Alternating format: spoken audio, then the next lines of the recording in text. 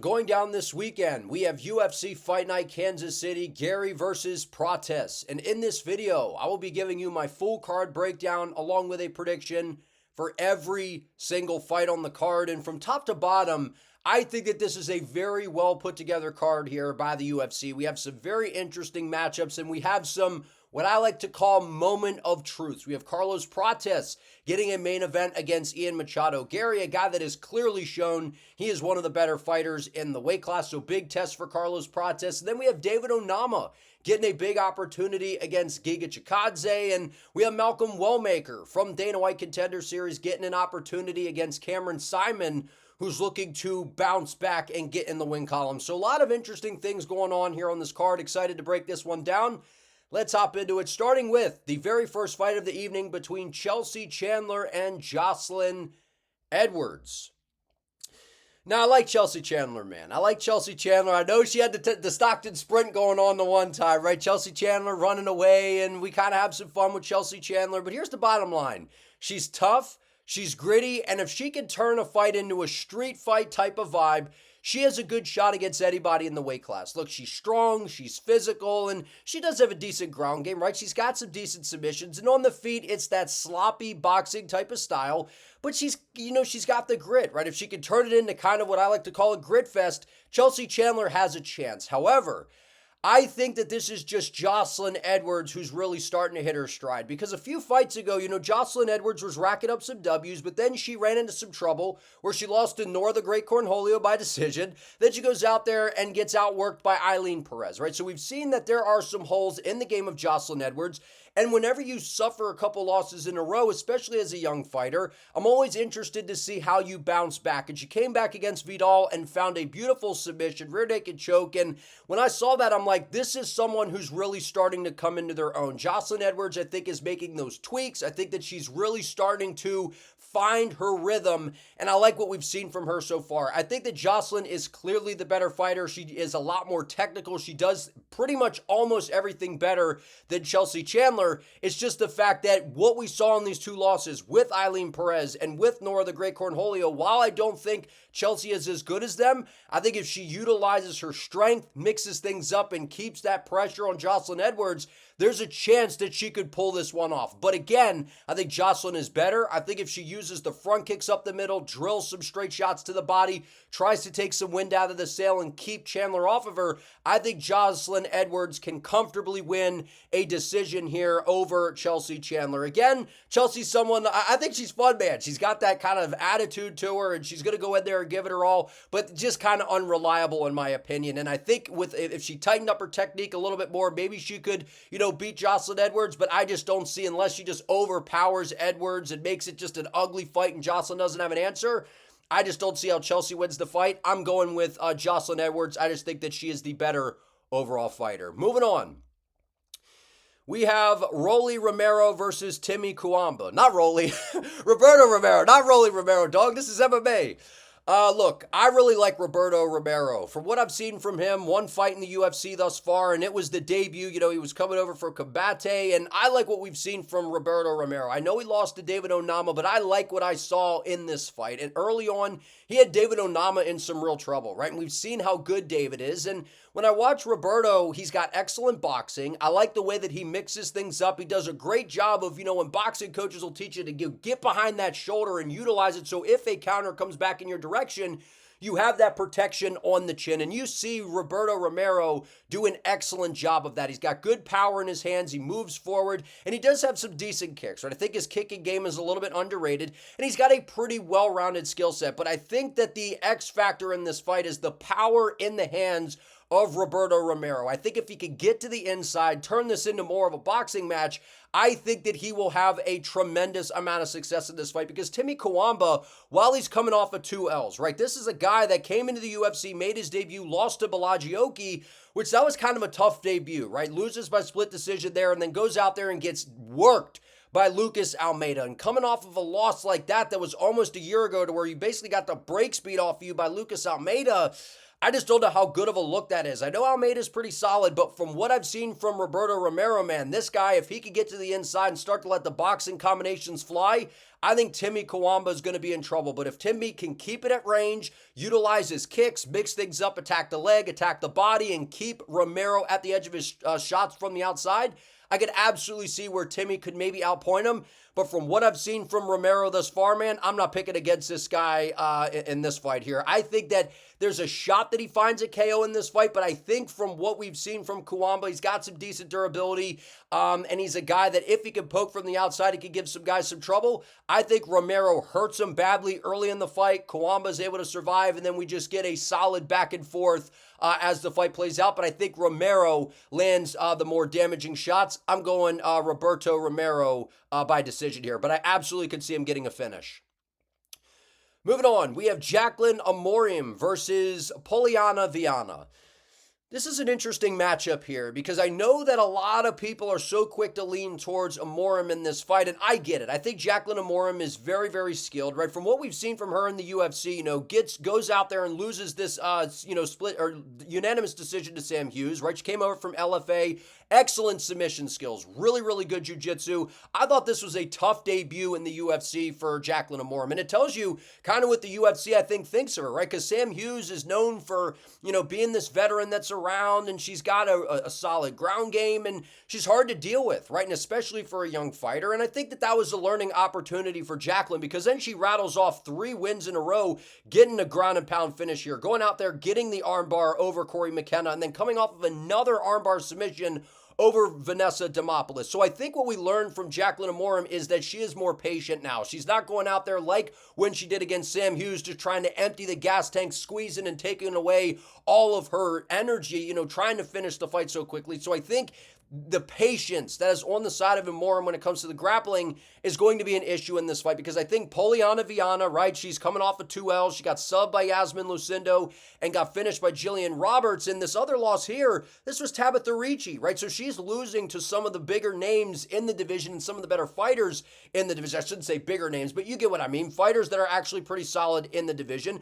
But she has the ability on the feet to outscore Jacqueline Amorim. I don't think that she could finish her on the feet, but I think if this fight gets stuck on the feet, I think Jacqueline could be in a little bit of trouble here. Not because Poliana's some world beater when it comes to the striking, but I just think Amorim it's kind of scary on the feet, right? I think that she's still a little raw, a little green on the feet. While she's still improving, I think that she's just in a little bit of a disadvantage there compared to Viana, and you can't sleep on the submission game of Poliana. She does have the ability to get you out of there and look for a submission and reverse positions, and she just accepts bottom position a little bit too much, and I think that that's going to be a problem in this fight. So I'm going to go Jacqueline Amorim by submission here. I'm going to say a second round sub by Jacqueline, because I think if this fight goes the distance, maybe there's a chance that Amorim just controls her for 15 minutes.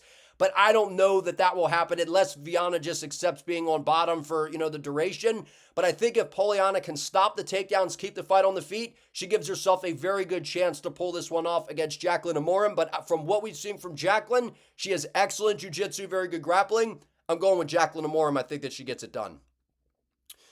Moving on, we have Cameron Saaiman versus Malcolm Wellmaker. I really like this fight here because what's very interesting to me about Malcolm Wellmaker is he's making his debut in the UFC, coming off of the Contender Series. We all know about this beautiful counter right hand right over the top against Adam Bromhold. And, when I saw this, I was like, this guy's got something here. Malcolm Wellmaker displayed excellent patience. He's got a pretty solid ground game as well, but it's on the feet where if you overextend and you come lunging into range, this guy will slip and rip a right hand over the top, and he can put just about anybody out in this weight class with the power that he possesses. But what concerns me in this fight is if you go back and you watch the tape, he has power, right? Like we all know, if he lands, he can put anybody out. But if you go in there and you challenge Malcolm with a well-rounded skill set, that is where things can get a little bit interesting. Now, an important note here is he's almost 31 years of age. So he's not some 22-year-old kid that, was fresh into the fight game here. I mean, I know he's only 8-0 as a pro, but, he's still a little bit older. So the thing is with Wellmaker, I don't know that he's going to be feeling the moment the same way we see a lot of these Contender Series fighters, because that is a factor. They make their UFC debut, and it seems like some things just aren't clicking that night. And Cameron Saaiman, this feels like a must-win for him, right? I know he's only 24, which is unbelievable. It seems like Cameron Simon's been around for forever to me, right? Goes out there, and we've seen he has the ability to finish guys. He has the ability to mix things up, and he's coming off of 2 losses, right? Again, strength of schedule here. Christian Rodriguez, C-Rod, pretty good opponent. Goes out there and gets destroyed by Peyton Talbot. And, when I see that, Peyton Talbot, yes, he got, checked a little bit there against Honey Barcelos. That's a little bit of a tough matchup in hindsight for Peyton Talbot. But on the feet, Talbot is fast, he has good output, and he is he's dangerous on the feet, man, and he's quick. And if you're looking at the comparisons here, because I know that a lot of people are going to say, well, Saaiman got battered by Peyton Talbot.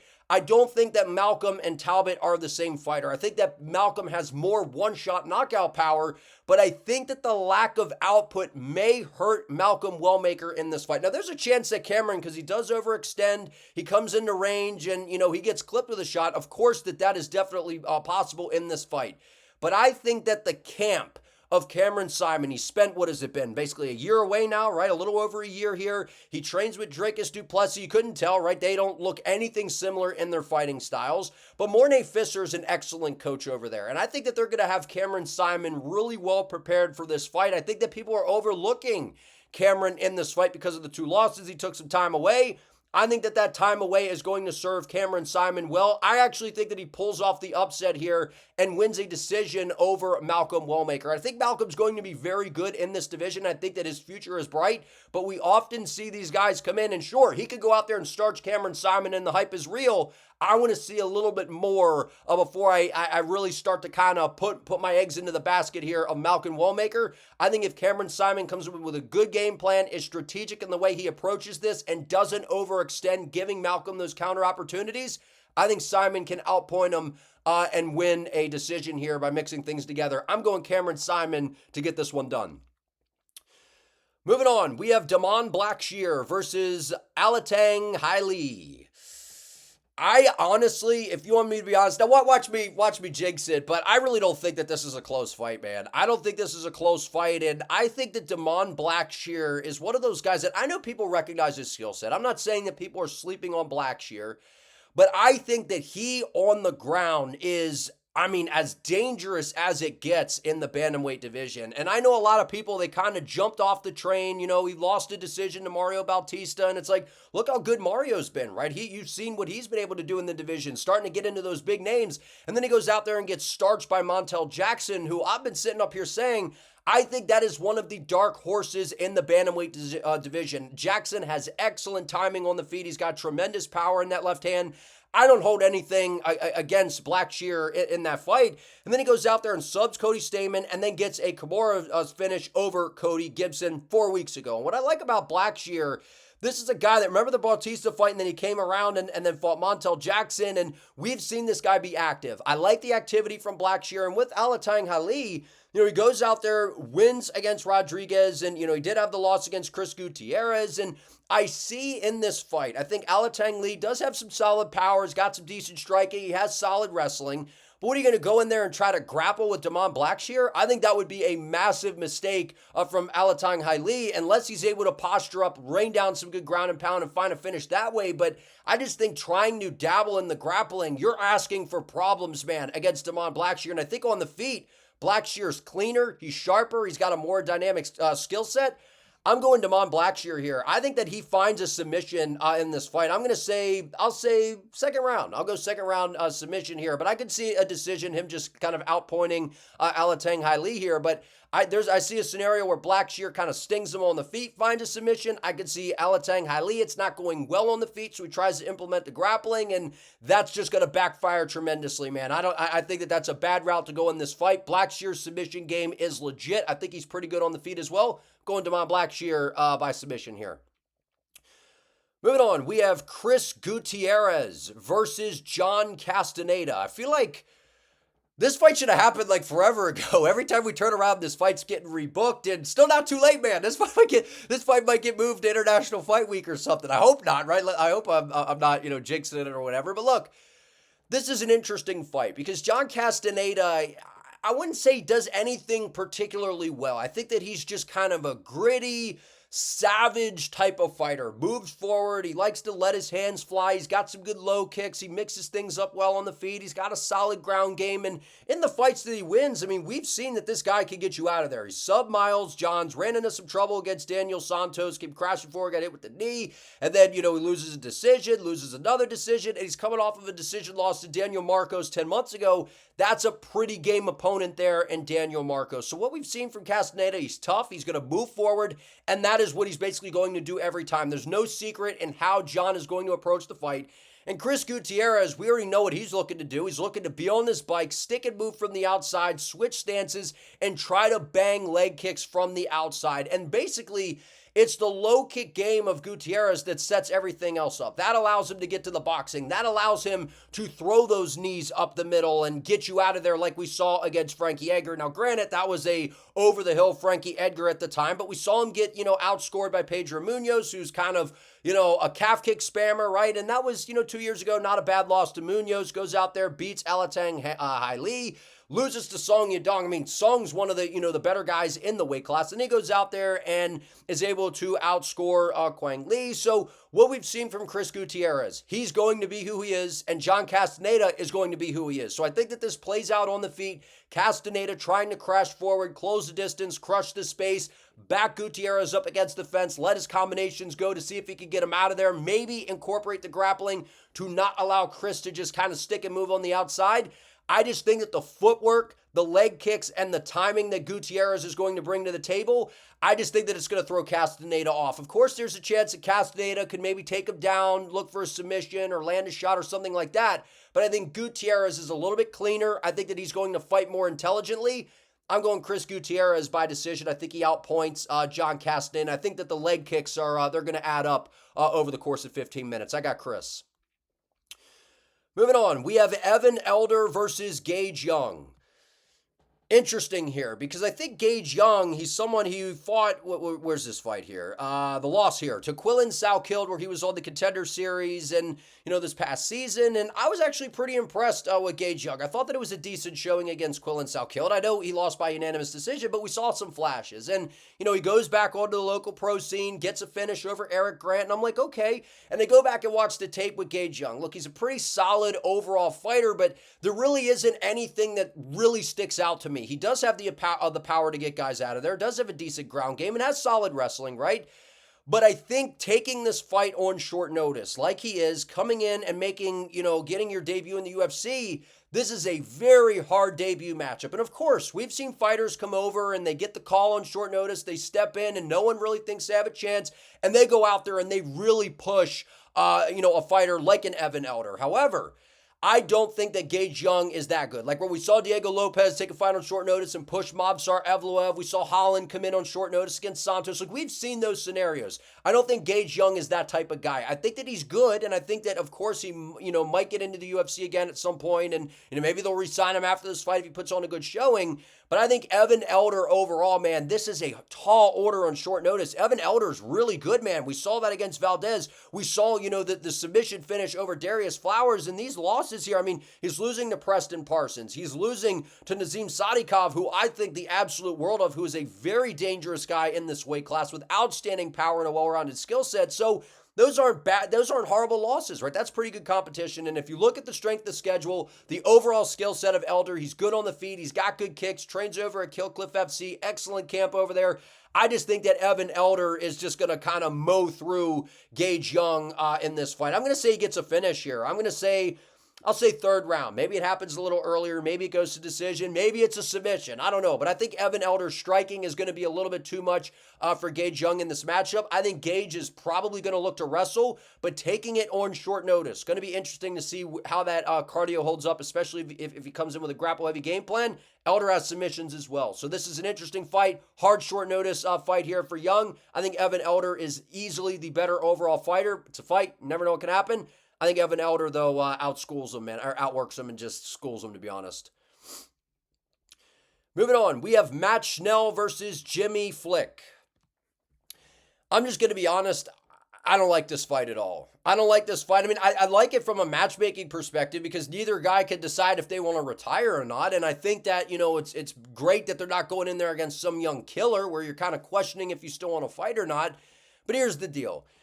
Jimmy Flick has solid submissions. He's got good jiu-jitsu, and when he takes guys down, he implements really good pressure, backs you up, implements the grappling, and can fight with this type of pace that gives guys issues. And if he does take you down, he has good control, and when you try to recklessly get back to your feet or you create too much space, he will find a submission. So I think that, Matt Schnell's going to have to be careful in this fight. But if you're asking me who the better overall fighter is, I just think it's Matt Schnell. I think on the feet, Jimmy Flick he's not particularly good, right? I don't think he's awful, but I don't think it looks particularly good on the feet. I think Matt Schnell is clearly the better striker.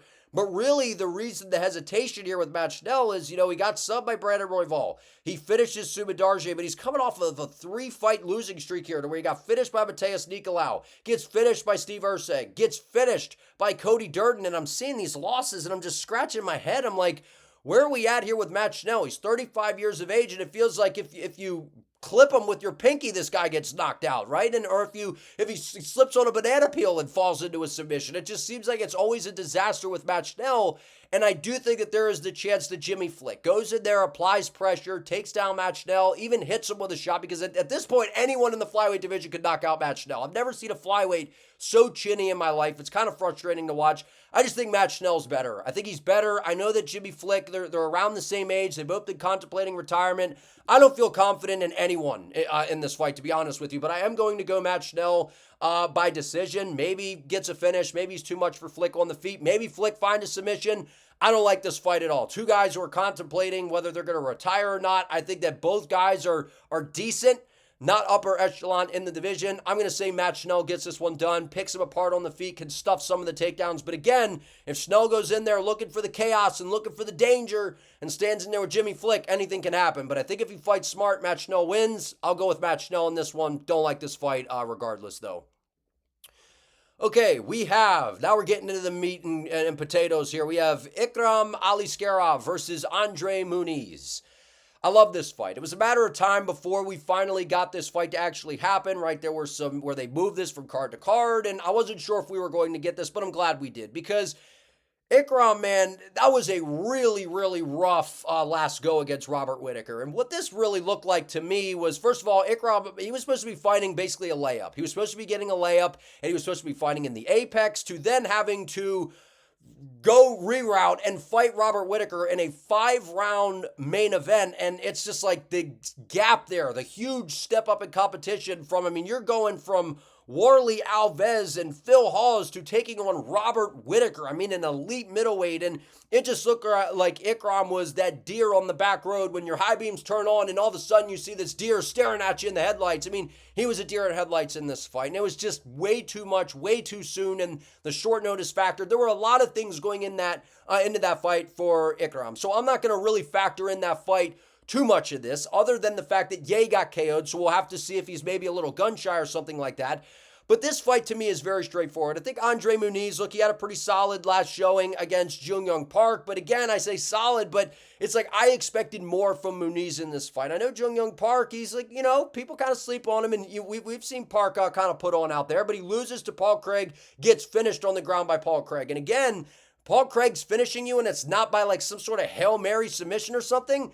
I don't know that that's a good look. And that was, not even 2 years ago here. And I'm like, Paul Craig to me has kind of been over the hill for a while. Then he gets subbed by Brendan Allen. And yes, he went out there and outpointed, Uriah Hall, was able to have some good moments in that fight, and then was able to sub Eric Anders. I think Andre Muniz, he's big, he's strong, he's got good submissions, and on the feet, I don't think he's that good. He does have some power, but I just think he's kind of stiff and doesn't have the best style in terms of, getting guys out of there when it comes to the striking. Especially a guy like Ikram. I think Ikram is the better overall fighter. I think he's got good power in his hands. He does over-parry, which is something I've always critiqued Ikram on. He over-parries with that rear hand and kind of swats way too much, leaving himself very, very open to being countered, which is why I thought that he was going to get destroyed by Robert Whittaker. that this isn't Robert Whittaker. Ikram is a very, very well-rounded fighter. He's got very good grappling of his own, excellent submissions, really good Kimuras, and on the feet, he is the better striker. So I think that Ikram really decides where this fight goes. I expect Muniz to try to grapple here because on the feet, I think Ikram is way better than him, and I think that we're going to see a confident and comfortable Ikram in here. This is a big drop-off from fighting Robert Whittaker. I'm going to go Ikram Aliskerov by second round TKO. I think that Andre Muniz tries to entertain the grappling, ends up on bottom, and then we just see Ikram maybe hurts him on the feet as well. I think that Ikram is just going to beat up on Andre Muniz. I think that this is going to be a welcome back to the win column Ikram Aliskerov. I think he destroys Andre Muniz and gets him out of there in the second round. He's just a better overall fighter. Again, don't read into the Robert Whittaker fight too much. That is a really tall order on short notice to have to do that. Big step up in competition as well. I think Ikram's going to fine-tune a few things. He's a better overall fighter here. I have Ikram getting this one done. Moving on, we have Randy Brown versus Nicholas Dalby. I think that this is going to be an action-packed fight. I think that this is going to be an action-packed fight because while he may be almost 41 years of age or approaching 41 years of age, Nicholas Dalby, man, he's one of those guys that if you sleep on him, he can make you pay, right? And we've seen guys, once they start to get over 40, they aren't the same, right? Your reaction time slows down, your speed starts to go. But the thing about, Dalby, he has that style to where as he ages, I don't think it becomes that much of an issue because he relies on the forward pressure, getting in the phone booth, letting the boxing combos go, mixing in some of the grappling. And it's going to be important in this fight to do that because if he sits on the outside for too long, I've said this time and time again, and maybe this is a crazy take. On the feet, Randy Brown, when he is on, is one of the better strikers in this weight class. He is a tall, rangy guy at 6'3", got a 78-inch reach, good front kick up the middle, sniper right hand, and he has good footwork. He sticks and moves, and when he is on, man, Randy Brown is a problem for a lot of guys in this weight class. And what we've seen from Dalby, he was on a nice hot streak here, right? Going out there winning some decisions, and then got the finish over Gabriel Bonfim to where it was like, okay, Dalby still got it. And then he goes out there and loses a close decision to Rinat Fakhretdinov. And we got to see that Dalby still has some gas left in the tank. But what I like from Brown, man, is, yeah, he got subbed by JDM. And it's like, okay, we've seen how good JDM is. He's fighting for a title here. Beats Wellington Turman, KOs Muslim Salikov, goes out there and beats Zaleski, and he's coming off of a split decision loss to Brian Battle. He didn't lose that fight. He beat up on Brian Battle, right? And I like Brian Battle. I think he's fun. He's got the personality. He's getting people to tune in and all that kind of stuff. But I thought that Randy Brown won this fight. I mean, Brian Battle just pushed him up against the fence for damn near 15 minutes and did absolutely nothing. So Randy Brown landed the better shots. I think Randy Brown wins this fight. I honestly think that he KOs Nicholas Dalby in the first round because I think if the fight, the longer it goes, Dalby's going to start to find some of those answers. He's going to start to crash Brown up against the board, start to crush the space, and make it really hard for Randy to operate out in space where he does his best work. So I think early, Dalby's going to have to be very careful closing the distance because if you underestimate Randy Brown, man, you will be sadly mistaken. Good front kick up the middle, slides out of range with that right hand really well. I think that right hand is going to find a home very early in this fight. I think Randy Brown knocks out Nicholas Dalby, and I like Dalby, man. So that'll be kind of hard to see if that happens. But either way, this is a fun fight. I think that Dalby definitely can win if he mixes it up and keeps Brown guessing, makes it kind of a dirty, grimy type of fight. But I think Randy Brown is going to snipe him, man. I think Randy Brown is very underrated.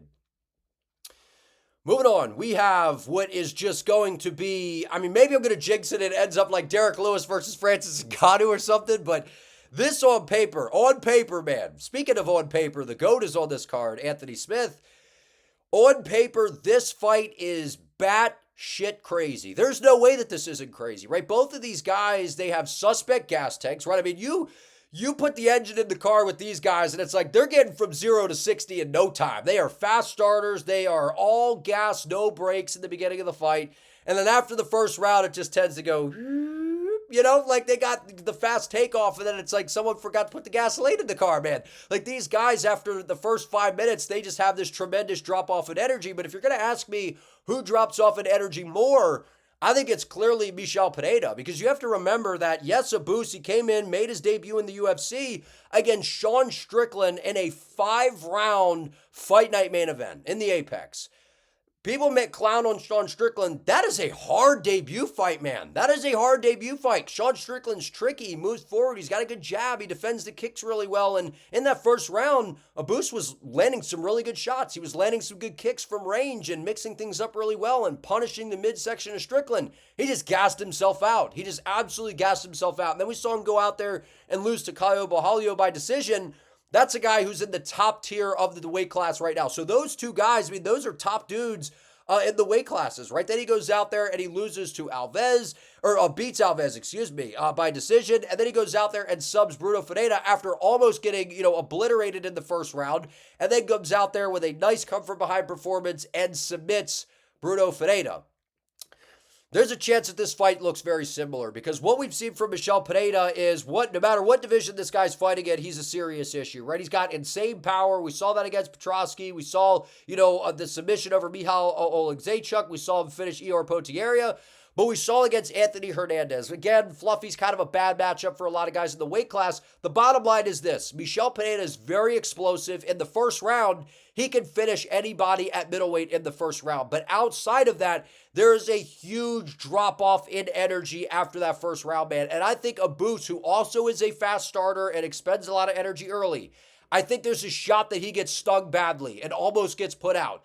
But I think if he survives, I think that if he fights smart, he's got good front kicks up the middle, punish the midsection, threaten him, to the chin of Michel Pereira. We saw Abus land some nasty front kicks in his career so far. If he threatens and kind of makes his presence known early, I think that Abus can kind of deter some of the aggression from Michel Pereira, slow him down, drag this out a little bit to where Abus can mix in the wrestling, take him down, and find a submission in this fight. I don't think that maybe this goes the distance, right, and someone's able to outscore somebody. I'm going to go Abus by second round sub. I think that early on, Michel Pereira probably wins the first round. I think if Abus fights smart and tactical and kind of survives that initial tornado that Michel Pereira brings, I think that Abus, after that first round, as long as he survives, he takes over the fight. I know neither guy has a particularly good gas tank, but I think Michel Pereira has one of the worst gas tanks in this weight class. And again, Pereira's dangerous submissions. He's a strong dude, just kind of muscles guys into positions and is able to take their back and sub them and all those different kinds of things.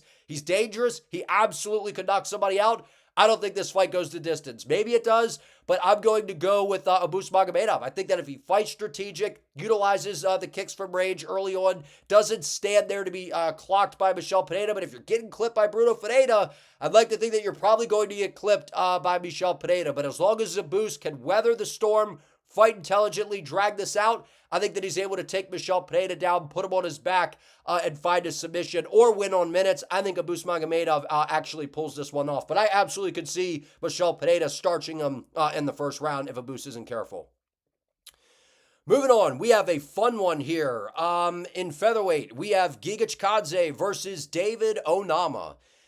This is an interesting fight here because I know a lot of people are really high on David Onama, and I go back and I watch the tape, and I don't know if I'm watching the same tape as everybody else. I think David Onama is very skilled, don't get me wrong. But I don't like really what I've seen all that much, man. I think that he's got good submissions. His striking is good. I think he takes a lot of notes from Izzy with the hip feints. He's got a good jab from range, and he does have solid grappling. And I think with David Onama, when he puts the pressure on, he can find his rhythm, and he can find a lot of success. We saw that against Garrett Armfield, ran into some issues against Nate Landwehr. I don't think that's aged very well. I don't think Nate Landwehr is very good. Then he goes out there and KOs Gabriel Santos, wins over a decision over Jonathan Pierce. That's a pretty good win. Pierce is good, very good grappling. Goes out there and beats Roberto Romero, who's also fighting on the card, he's got very good striking on the feet. Was in some trouble there early. I like David Onama. I don't think that he is as good as everyone seems to think that he is. And Giga Chikadze, man, this dude's dangerous. He sticks and moves on the outside. He's got nasty kicks. He took a ton of time away. Remember the Giga kick, that nasty kick to the liver. Goes out there and gets battered around by Calvin Kattar. Got absolutely worked. Goes out there, beats Alex Caceres by decision, and then loses to Arnold Allen after having what I thought was a very good first round against Arnold Allen here. I see a scenario where Giga goes out there, sticks and moves from range, punishes David Onama with some nasty kicks from the outside, and just stings and moves for 15 minutes and outpoints him. The issue is this. While I think David Onama is maybe a little overrated, I think that he's getting Giga Chikadze at a very good time. I think that Giga still has gas left in the tank here, but I think that if you pressure him and you have a style like David Onama, this is a favorable kind of style for David. While Giga is very dangerous, do not get me wrong. He's got really good kicks and he's a hard guy to track down, and it's easier said than done getting a hold of Giga. I don't think that David's going to be able to really just grapple him the whole fight. I think he's going to run into some issues there, and I think in the first round, Giga may even drop David Onama and almost get him out of there. But I think if Onama can survive that first round, fight smart in the first round, kind of make it through where Giga's at his most dangerous, I think he implements a similar style of fight to what we saw Calvin Kattar utilize against Giga in that fight. But again, this was against Arnold Allen most recently. We know Arnold Allen is basically top of the food chain in that weight class. So I'm going to go David Onama. I think he finds I think he wins by decision in this fight. I think in the first round, it might not look particularly good. I think Giga Chikadze is able to land some good shots, maybe even hurt him really bad. But then I think Onama's pressure, I think it will pay off. I think he's going to mix in some of the leg kicks, get behind that jab. He's got a really, really good jab. Start to kind of bust up the face of Giga Chikadze, mix in the grappling to keep him guessing. He's got good elbows, good clinch work as well. Like I said, David Onama is a very good fighter. I think he's well-rounded. He has a good skill set. I just think he's a little bit overrated in my opinion. And we're going to find out in this fight because I definitely think Giga's very capable of outstriking him and winning this fight, especially because I don't think David's going to be able to take him down. Maybe he does. Maybe he controls him. I don't think that that's very likely. So I think David's jab's going to have to be on point. His pressure's going to have to be on point because if he sits on the outside, I think Giga picks him apart and wins this fight. But I'm going to say Onama, after a rough first round, gets on the pressure, gets in his face, mixes things up, threatens the takedowns to keep him guessing. And I think David Onama is able to get this one done. So I think I like Onama. I think he's a good fighter. I just think he's a little bit overrated, but I think he gets this one done. Moving on, we have Anthony Smith versus Zhang Mingyang. When this got announced a while ago and there was talks of this fight happening, I was kind of shocked because Anthony Smith's someone who does analyst work for the UFC and he's been around for a while, and I know that the fight game is harsh, man, and it basically never allows, these veterans or these kind of OGs, so to speak, go out on top. Never really go out on a good note. Outside of Zhang Mingyang doing something really stupid, like dodging forward, falling face first into the canvas to where Anthony Smith can just pull guard, jump on a guillotine, or put him in some sort of submission or something, this is going to be an absolute just complete destruction by Zhang Mingyang. I think that he destroys Anthony Smith in the first round by knockout. I mean, this is just a harsh fight, man. I don't know if Anthony Smith pissed him off. I mean, I know the fight game's mean and it's all about kind of building the young up-and-coming guys, but, I know Anthony Smith was able to pull off the Vitor Petrino submission, and we've gotten to see that, Vitor Petrino is a little bit overrated. Anthony Smith it hasn't been good, man. Goes out there, loses to Roman Dolidze. They both took it on short notice. Dolidze took it on even shorter notice. Anthony Smith looked horrible in that fight. Goes out there against Dominic Reyes and gets finished, and, he was going through a lot of different things. I don't even think Anthony should have been fighting at the time. So maybe Anthony comes back rejuvenated and is like, this is the last ride. I'm going to go in there and get this one done. Unless he gets this fight to the floor, I think he's going to be in a lot of trouble. He's very slow on the feet now. He's getting up there in age. He's got a lot of miles on him. Zhang Mingyang, he's a bulldozer, and if you're in the way, he's just going to run you over. I think this is a disastrous fight for Anthony Smith. I was actually shocked when the UFC booked this one. I think Zhang Mingyang by first round finish. But if it extends and Anthony can survive, maybe he can find a submission or find a way to win. But I think Mingyang just bulldozes him. Last but not least, the main event of the evening between Ian Machado, Garry, and Carlos Prates. I've watched a lot of film on this one. I've watched a lot of film in preparation coming into this main event pick here because at first I was like, oh, this is interesting here. Carlos Prates, he's dangerous on the feet. He's got the Muay Thai background, very high-level Muay Thai skill. He's light on that lead leg, can bounce it, defend kicks really well. He's got a really good left kick of his own, throws to the body, throws upstairs, throws it to the inside leg. and he's got devastating power in that left hand. He is an absolute sniper, and when this guy lands, he's got a good check right hook as well. It seems to have an effect on guys that we haven't quite seen from other fighters inside this division. And I know Neil Magny is not the best fighter, right? I think he's a little over the hill, but if you're starching Neil Magny, you got some serious power, because we saw what Ian Garry was able to do to Neil Magny. He was able to beat up on him, wasn't able to get him out of there, destroyed him, but Carlos Prates put his ass out, right? And then Prates going out there KOing the Leech. I still haven't forgiven him for this. Then he goes out there, nasty knee to the body against Charles Radke. Got to see the the Muay Thai on display, nice knee to the body. Goes out there, finishes Trevin Giles, and on the Contender Series to finish over Mitch Ramirez. Carlos Prates is one of the most dangerous strikers in this division. I'm going to be honest, the fighting nerd shit's starting to get on my nerves, to be honest. I think it was fun at first, and now it's kind of getting on my nerves a little bit, and all the hype and this and that. But the bottom line is this. Jean Silva, Carlos Prates, Kyle Bahalio, Mauricio Ruffi. These guys are special, man. They are special. And I do think at some point, I don't think that they're all just going to go undefeated, in their careers through the UFC. They're eventually going to run into someone who's a bad fight for them.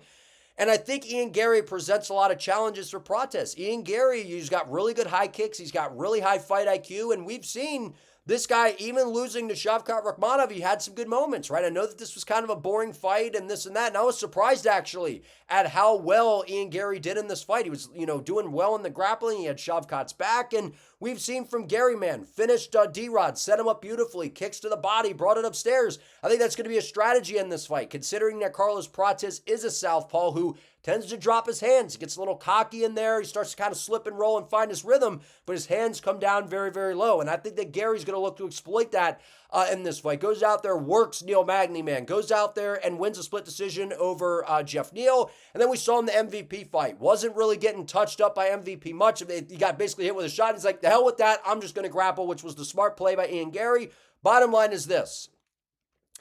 If Ian Garry comes into this fight and he mixes everything together, I think that there is a path to victory in terms of outscoring Carlos Prates, winning minutes, landing some shots here and there, pick and poking from the outside, utilizing that long range. And I said this a long time ago. People are starting to kind of take notes on that as well. Ian Garry's been watching Poatan. The way he throws those low calf kicks, man, with, keeping his hands up, not really rotating the shoulders and telegraphing. He's got a good leg kick, good kicks to the body, and I think that that's going to be a weapon for him in this fight to try to set up a head kick against Carlos Prates. But I think Ian's going to come in with a well-rounded game plan in this. I think he's going to look to grapple, look to utilize the clinch, and I think if he does that, he finds success in this matchup. The issue is Ian Garry struggles when it comes to the boxing. He's not someone who really KOs people. I know he finished D-Rod. I know he finished, I believe it was Jordan Williams in the UFC with that beautiful pull counter. And I know that he is a good striker. I know that he is really rounding out his skill set, training with Oliveira and all that. But I think when you get hit with Carlos Prates, it's different, man. I think Ian Garry could be outscoring Carlos up 3 rounds to nothing. And Prates finds a left hand, and it is going to change the entire fight. I just think when Prates finds his range, finds his rhythm, it's going to be a problem. And while Ian Garry's grappling has improved, these Fighting Nerds guys are showing they have good takedown defense. They have submissions of their own, and they're clearly solid grapplers over there. And while I think that Prates has some laps with the defense, like there were some moments in the Magny fight where I'm like, oh man, if that's Garry, that could be a problem. I'm looking at the Leech fight, I'm like, if that's Garry, that could be a problem. But I think Ian Garry drops away, he's tall, he shoots his hands out and extends and leaves his chin on a platter. I think if Prates can defend the leg kicks, stop that body kick from Ian Garry, not allow the grappling to take place, Carlos Prates has a significant power advantage here. And I think if he lands on Ian Garry, it's going to be a real problem. I'm going to go Carlos Prates by KO in this fight. Maybe it's a decision, maybe it does go the distance, but I'm going to go out on a limb here and say that Carlos Prates finds a finish. I just think that there's something to be said about when this guy lands, man. Certain guys just have that power that you just really can't explain, like Poatan, and he just hits you, and it's like you see the reactions of guys. And I think that that's what we're looking at here with Carlos Prates. A guy, again, I think it's disgusting how many cigs this guy smokes. I think that's absolutely foul. And maybe, who knows? I mean, his cardio seems pretty good from now. I think that would affect your cardio. But look at Nate Diaz. That dude smokes a shitload of weed. And he has some of the best cardio we've ever seen, right? So maybe Carlos, maybe it helps with his endurance. I don't know, or something. I mean, I don't get it. I don't get it. I feel like it would affect you. but it hasn't shown that it affects Carlos thus far. I think his power is devastating. I think that he is a very skilled striker on the feet. He's not just some meathead when it comes to the power. He's technical, and when he finds his rhythm, like you saw against the Leech, where he's slipping and sliding out of range, he's a serious issue. And I know his hands were low, and his defense didn't look great against Neil Magny. I think a lot of that had to do with the respect he just didn't have for the power coming back his way. I just think he had zero respect for the striking of Neil Magny. I'm telling you, if he lands on Ian Garry, it's going to be a serious problem. And of course, Garry could set him up, find a high kick or something like that, outpoint him and win a decision. But I think that Ian Garry's fought a lot of good fighters. He struggled with Jeff Neal. If you're struggling with Jeff Neal, I think Neal's got good boxing. I think he's a good fighter. Carlos Prates is as dangerous as it gets in this division. He's finding his groove, got a good camp behind him. The power, what we've seen from the fighting nerds, man, they just are, they have all the momentum right now. I think Prates is dangerous. He's got the swag, the confidence. I think he finds a shot that puts Garry away in this fight. But again, can see Garry definitely outpointing him and showing a little bit of levels here, because a big step up here for Carlos Prates. Big opportunity for Ian Garry. Love this main event. Very interesting style clash. But if you enjoyed this video, please give it a like. Let me know what you think down in the comments. And don't forget to subscribe to the channel and turn on the notification bell so you do not miss an upload. I would appreciate it.